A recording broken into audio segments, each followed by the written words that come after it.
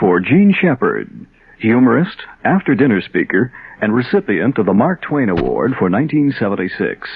Here's Gene.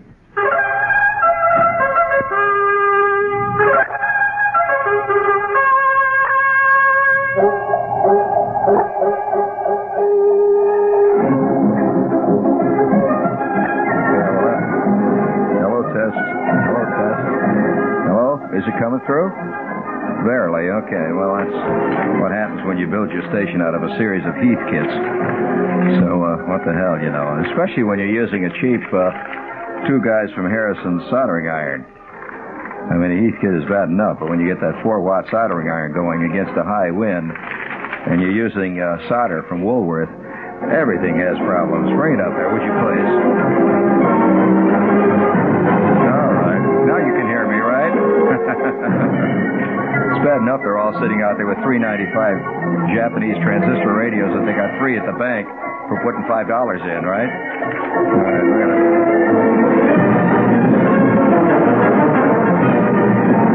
Oh, yes, the world is full of freebies. They are everywhere. And if the shoe fits, and if you think you can get it for nothing, put it on. I mean, but don't pay list price, for God's sake. I mean, have you ever known anybody who actually did pay list price ever in the last 200 years for anything? I mean, list price is one of those unattainable ideals like truth and love and beauty. Well, you don't think those are ideals? Those are realities? Oh, wow.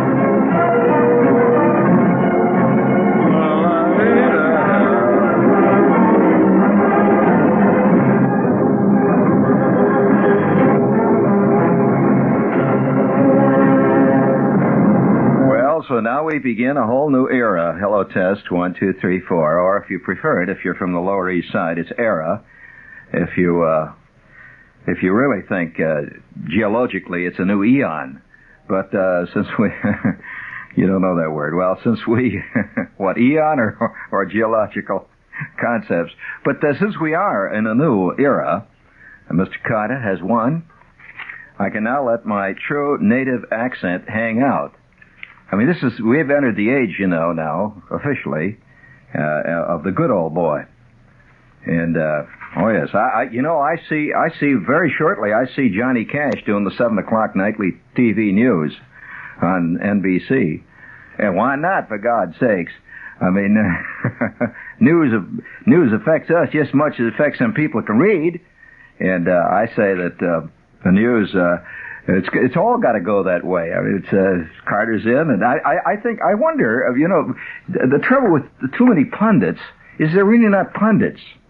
They're ex-sportscasters who spent a lot of time standing next to an INS machine, and then one day when there was nobody around, they said, "You do the news, Clarence."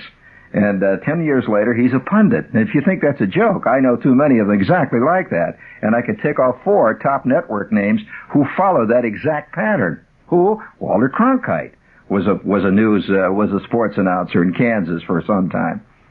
I mean, you always want to know who. Don't you have any imagination? No. There you go. You don't. That's why the National Enquirer is so popular. People have no imagination anymore. They just sit with their mouths hanging open. However, no, this is the land that really believes peanut butter and marshmallow sandwiches are good. The only country in the world that would deal with such stuff seriously.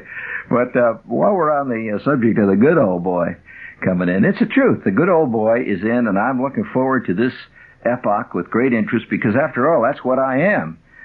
When it comes to New Yorkers. Oh yes, anybody that doesn't say, you know, and star, for example. New York talks about stars all the time. It took me 6 months to understand they were talking about a star. It's a star here. Barbara Streisand is a star, right? Well, out in out in the rest of the country, you know, they continue to use ours, and it took a long time. Except in certain isolated areas, Jimmy Cartersville. I wonder if yes, that's right, certain only isolated areas. And so Carter will say, everywhere I look, I see love. And he's got a classical Georgian exhortative delivery. That's an exhortative delivery, exhorting you to love. But it's always done with a sad face.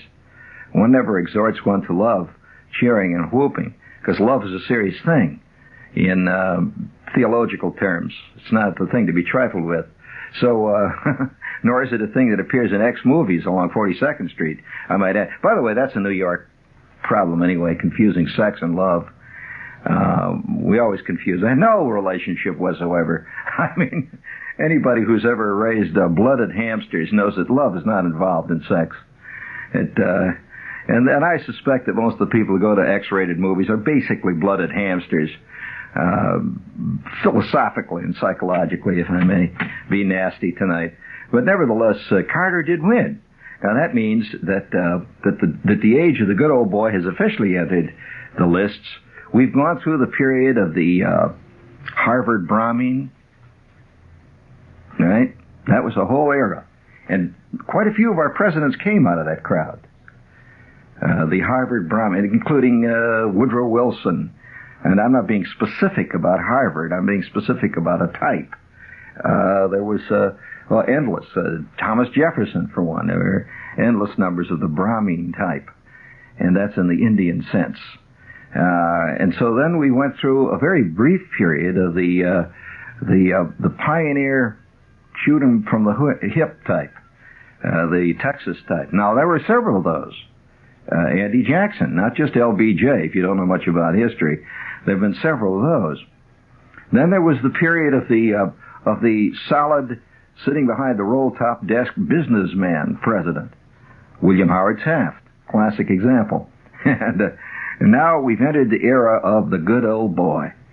Now, we haven't had any of those for a long time. And that actually hasn't, because the good old boy didn't come into being until roughly the late 1870s and 80s. Did not exist in the time of Jackson. Southerners existed, but the good old boy didn't. It's a different kind of man.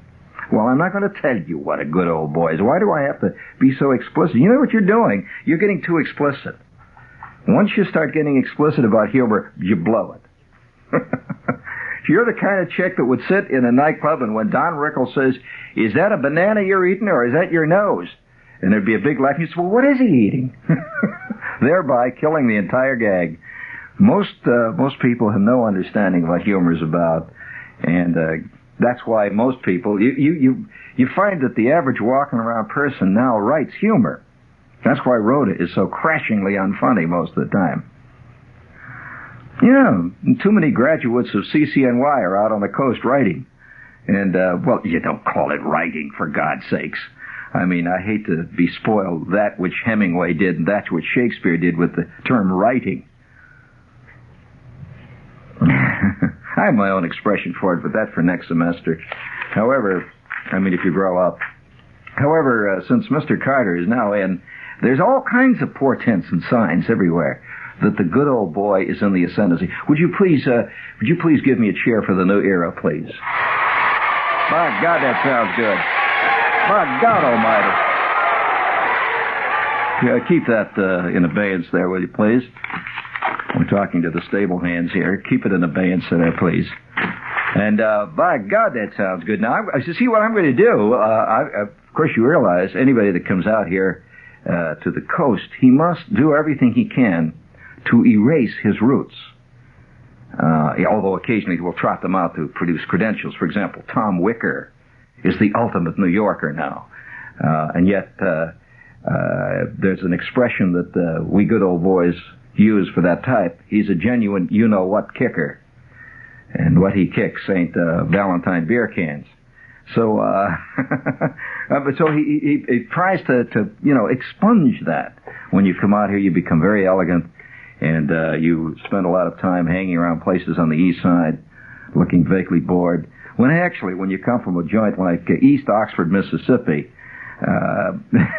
it ain't easy. It ain't easy to pretend all the time. But once in a while, deep in the cups, when the bourbon is flowing, the real thing comes out. Now, since I come from that great, vast, unplumbed endless stretch of land that most of you have only flown over. You see, there's great areas of the country that are only observed from 38,000 feet through broken cloud cover. And that's where we're from. Down there, way in the... There are states that nobody goes to. And that doesn't not say that they go from it either. There are states that know... You've never heard anyone say, I'm going to take 2 weeks in Indianapolis this year. That's where I'm going to spend my vacation, right? That's right. No one goes to Indiana. No one goes... I can name others.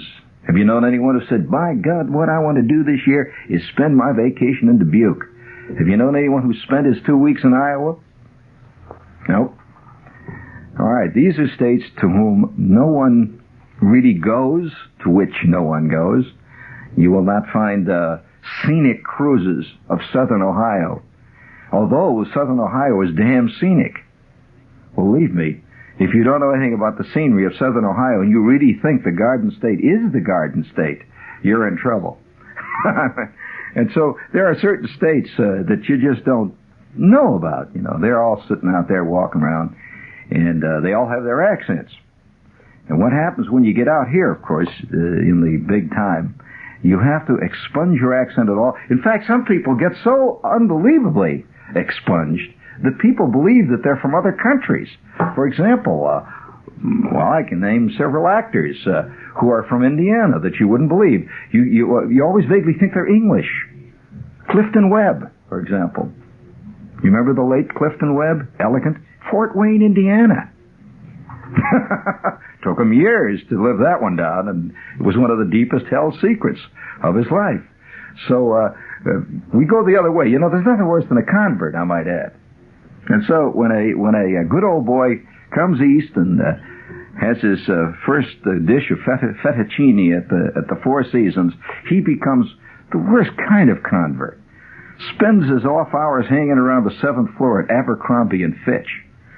Now that's important. Anyone can go down in Abercrombie and Fitch on the ground floor. It's the 7th floor where the elite meet to eat.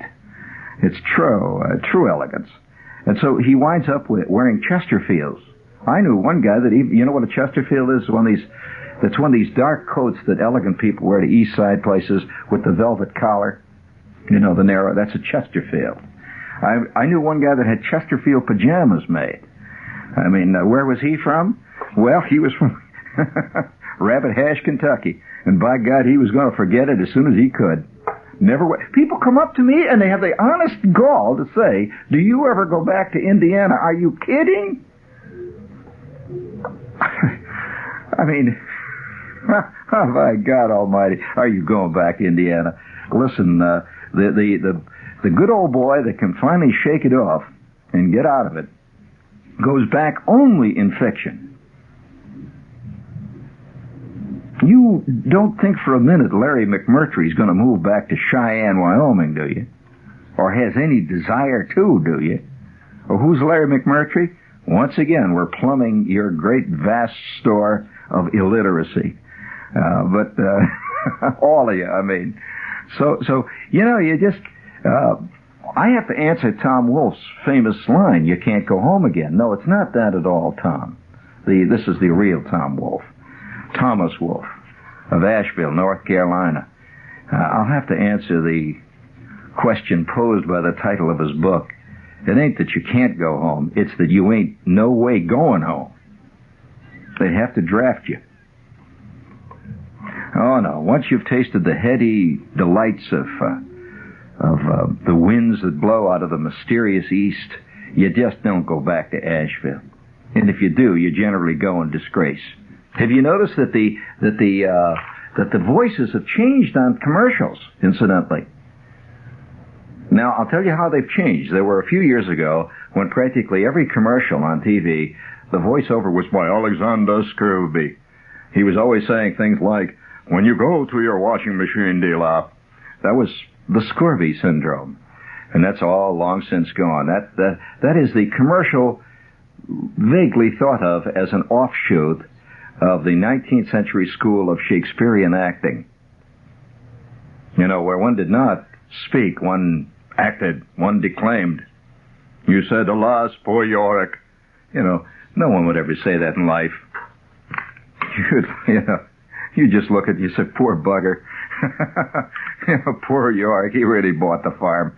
Well, the point being, now styles change. And if you notice carefully, styles change. As they change, they also reflect the changing mores in the country and attitudes. So, for example, if you there's a great plethora now of CB commercials, all done by variations of this guy McCall that's doing them all. What's his name? Cash McCall or Tex McCall or whatever. Well, you don't know those things because you don't know much outside of Chevy Chase and Barbra Streisand, honey. So you better stay in your department. However, this is all sweeping from the west this way. A couple of years ago, if I had mentioned on this same show, and I did, such esoterica as Merle Haggard, you never know who he was. Oh, you all know now because he was on XXX show. But the point being here that it all came from the West Coast down through the Gulf states, and it's slowly sweeping up. That's the new way America will be. Now, how is it going to be? Well, it's going to be many things. It's going to be very different than the old America. Incidentally, the old America keeps thinking that it's the new America that, in a sense, well, that's one of the reasons why Carter, all the East went for Carter, because they thought of Carter, really, as an old-line liberal Democrat. They are in for a surprise. That's all I can say.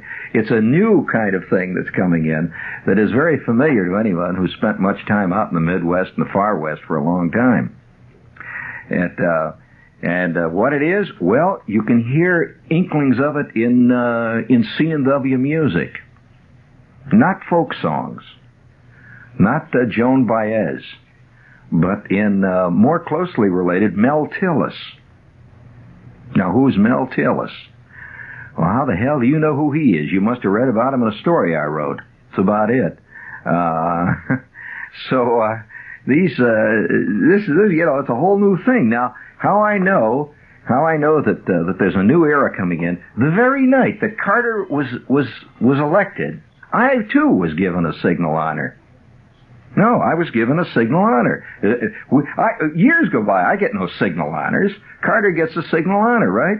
He's a good old boy. 15 years ago, had he run, you'd have all been walking around laughing. The New York Times not only would not have recommended him, they wouldn't have listed him. I mean, he would have been among the news that ain't fit to print. So things are changing. Now, they're changing rapidly. I mean, here you got a good old boy, me, being sent to the National Horse Show to report on an Eastern event, which is the National Horse Show, but couldn't be more Eastern. In spite of the fact there are Tennessee walking horses walking around there, there's a lot of Eastern people sitting on them. But what is signal honors? Okay, the night that Carter was elected, I was given a fantastic plaque, magnificent plaque. You don't get many plaques in your life, other than the stuff that the dentist digs out of your mouth. I was given a magnificent plaque by the Nassau Music Educators Association. Oh, that's all the biggies. I mean, from, school biggies, see, and they gave me this big plaque, and the plaque read, in recognition and in noting the award of the #1 sousaphone player for 1976, B-flat, double B-flat division. I won the national #1 sousaphonist in the country. And you can't get more elegant than Nassau.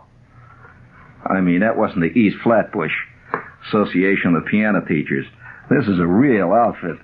And not only that, it said, and in recognition of his great contribution throughout the years to the sorry plight and the sad loneliness of sousaphone players everywhere. And it was beautiful. And not only that, for those of you out there that are sousaphone players, I'll tell you what I got with it. This plaque, it was not just a plaque, buddy.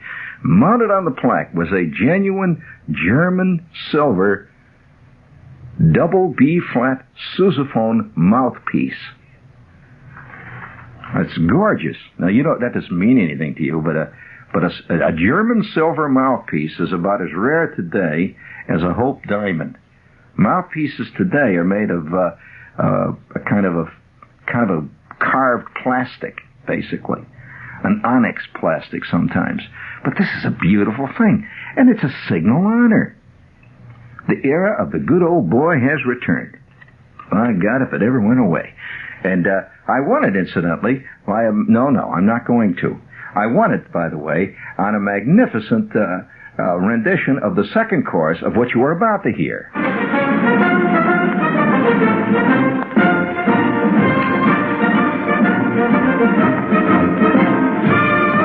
Now, what you're hearing, you see, is not just a march, buddy. It is a tour de force for sousaphone players. Listen to the sousaphone part in this. You hear them in there? Watch.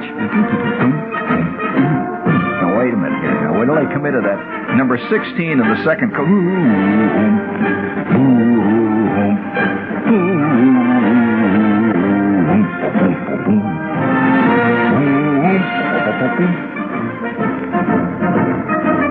All right, thank you. That's enough. That's enough of that. Thank you.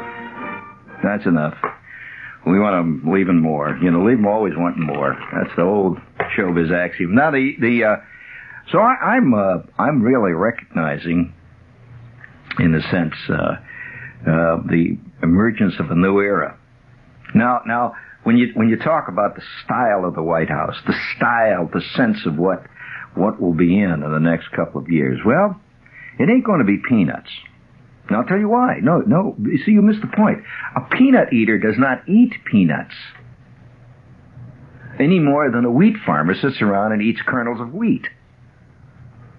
Or did you think they did? No, they don't.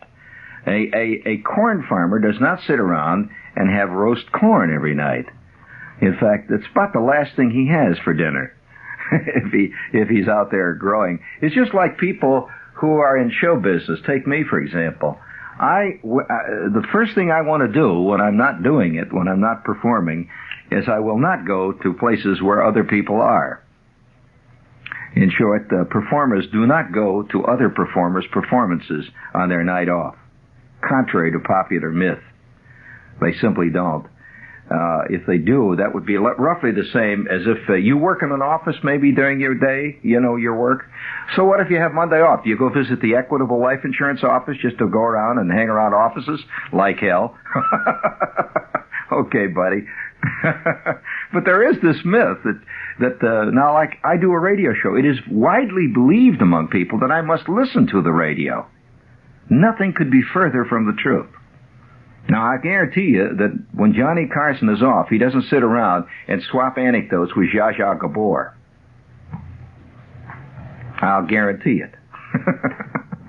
Now, on the other hand, so let's get back to the White House. It is believed, and of course, peanuts are in. Well, no way. They're only in among the great, vast, unwashed hoi polloi or the slob who believes, you know, peanuts are. So what will be in? Well, all right. Now, here, for example, now, what do you think this is? No, this is not C&W. No way. In fact, for those of you who think that C&W is going to be in, this is the kind of music that they really listen to in the South. That's right. This guy is the number one box office draw in all of the near South throughout Georgia and Tennessee. Who is he? You never heard of him because he's never on the Johnny Carson show. When I say number one, I mean number one. I ain't kidding. And he don't even sing.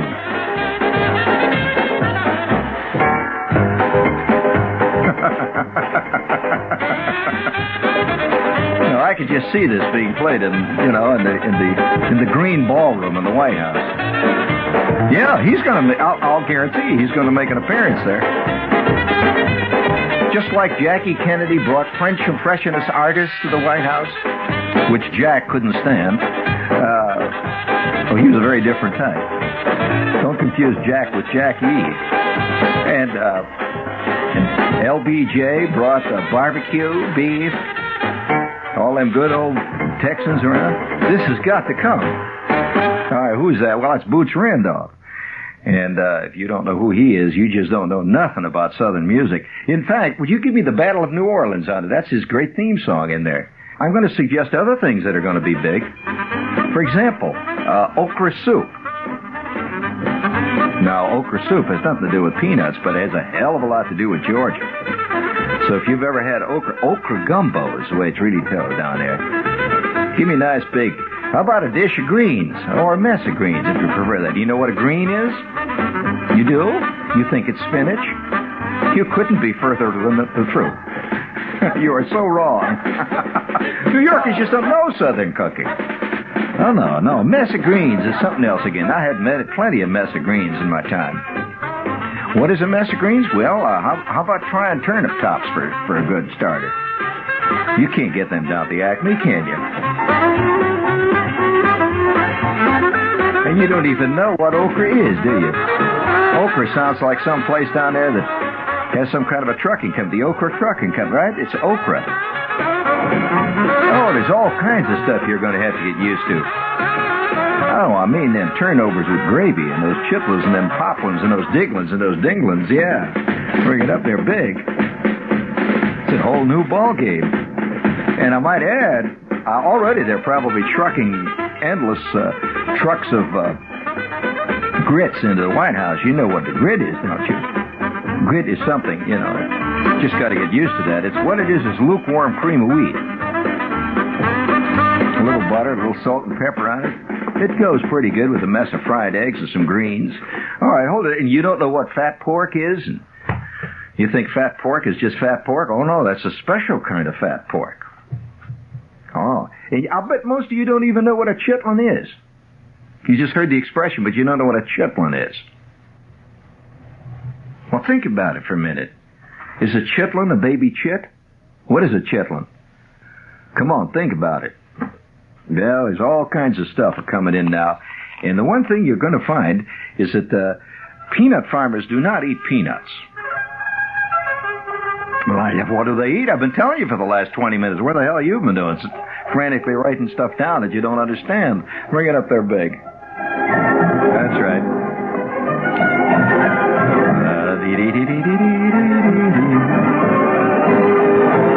I'll bet you don't know the difference between side bacon and bacon. I'll bet you don't know what a nice plate of sow belly's like.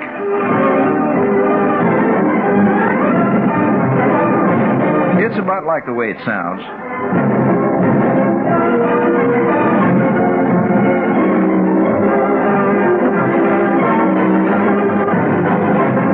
I'll bet it's been a long time since you had any yam pie. Well, you're going to start having it again very shortly. They'll be serving it everywhere.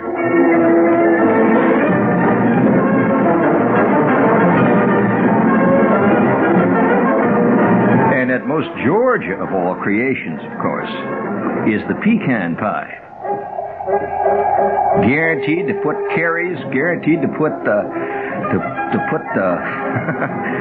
toughest root canal out of business in 12 minutes. I mean, it's possible to gain 15 pounds just thinking of pecan pie.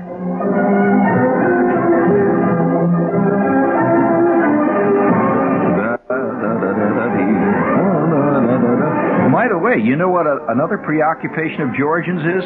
Fireworks. Every other corner in Georgia has a stand that says fireworks all year round. Guys drive around, throw cherry bombs out at one another. Wait till Carter lays one of those on the crowd. You've been listening to Gene Shepard, humorist, author, and recipient of the Mark Twain Award for 1976.